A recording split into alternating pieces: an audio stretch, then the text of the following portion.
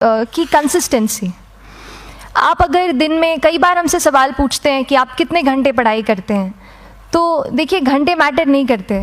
कोई 17-18 घंटे हमें नहीं पढ़ना है, इतना हम पढ़ भी नहीं सकते। एक दिन पढ़ सकते हैं, दूसरे दिन नहीं पढ़ पाएंगे। 5 से 6 घंटे ही आपको देने हैं या उतने निकालने हैं, पर वो जो वक्त आप अपनी पढ़ाई को देते हो वो कंसिस्टेंटली आपको रोज़ उतना ही अपने पढ़ाई को देना है। Consistency is the key, that is the first and the most important thing जो आपको ध्यान में रखनी है।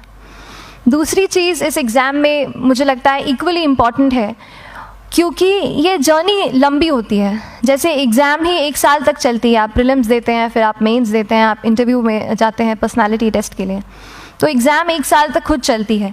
उसके पहले मान लीजिए आप 1-1.5-2 साल पहले से प्रिपेयर कर रहे हो, तो ये जर्नी काफ़ी लंबी रहती है। उस जर्नी में मेंटली अपने आप को मोटिवेट रखना, अपने आप को बूस्ट करते रहना, वो भी इक्वली इम्पॉर्टेंट है।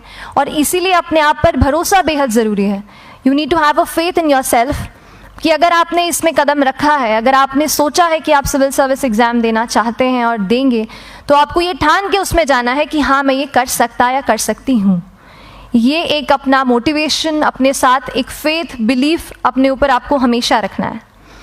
कमिंग टू प्रेपरेशन की कैसे तैयारी करनी है, बहुत सारी बातें आप सुन चुके हैं कि आंसर राइटिंग में कैसे करना होता है, आंसर राइटिंग का स्ट्रक्चर कैसा होना चाहिए। तो मैं शुरू में सबसे पहले ये कहूँगी कि मेरे प्रिपरेशन का बेस 2 चीज़ें रहीं। पहला था करंट अफेयर्स। करंट अफेयर्स इसलिए मैंने उसी से शुरुआत की क्योंकि करंट अफेयर्स सबसे इंटरेस्टिंग पार्ट होता है। कई बार आपको हिस्ट्री कभी बोरिंग लगेगी, कई बार आपको लगेगा ज्योग्राफी इतना, कभी हर किसी के अपने अपने फेवरेट्स होते हैं। तो मुझे वो 2 सब्जेक्ट्स लगते थे कि यार इतना मन नहीं करता है, लेकिन न्यूज़पेपर्स और करंट अफेयर्स में जो भी नया चल रहा है वो मुझे हमेशा इंटरेस्टिंग लगता था।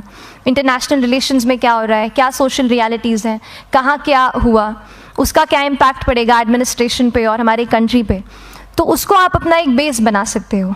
आप करंट अफेयर्स बेस्ड प्रिपरेशन कर सकते हैं, इसलिए भी क्योंकि अगर आप मेंस एग्ज़ाम देखेंगे तो काफ़ी डायनामिज्म आ गया है, केवल प्रीलिम्स में नहीं बल्कि जनरल स्टडीज़ पेपर 2, पेपर 3 में भी आप देखेंगे कई सारे ऐसे सवाल हैं जो करंट इवेंट से इंस्पायर्ड होते हैं, उन पे बेस्ड रहते हैं। तो जब आप न्यूज़पेपर बेस्ड, करंट बेस्ड पढ़ाई करते हैं तो वो आपका प्रिपरेशन वहाँ से भी कवर हो सकता है।